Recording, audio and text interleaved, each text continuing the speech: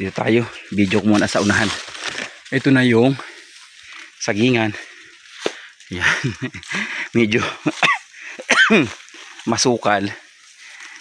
Pero na-harvest naman. May na-harvest na mga saging. Papa-spray ko ang damo. Ayan. Kita naman sa video na sobrang dami ng damo. Tapos kailangan na ring bawasan ng suwi. Ayan.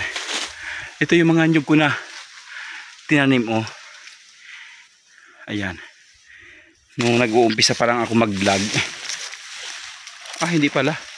Matagal na pala itong nakatanim. Nung nag-uumpisa pala ako mag-vlog ay ito ay naupo na. Ayan. Ayan, oh, ito. Malapit na siyang bumunga. Maganda itong pasabsab sa kalabaw. Yung mga ganitong size ng damo. Ayan.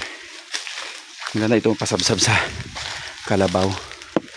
Marami saging. Hindi ko na makita yung iba kong kasama kung nasaan. Ayan, oh. Kakatuwa naman ang damo. Ito yung size ng damo na eksaktong-eksakto para sa kalabaw. Sa kabayo, baka. Pwede siyang pastorin. Ayan, oh. Ayun, yung mga saging ko. Kita nyo yan hanggang doon. Puro saging yan. Yan. Hindi nga lang napapalinisan ng husto. Dito naman sa amin hindi uso yung sobrang linis ng sagingan. Yung katulad sa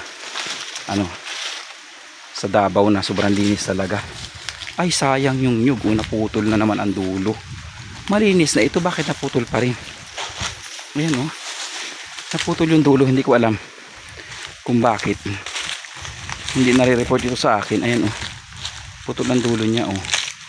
Oh, matagal na siyang naputol. Kasi bulok na yung dulo. Oh.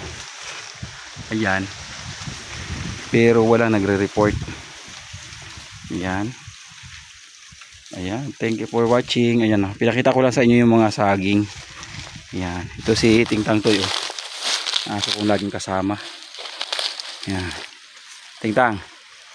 Tingtang Toy. Sino gumamasa sa iyo? Papa lang, Papa lang nagmamasa sa iyo? Ha?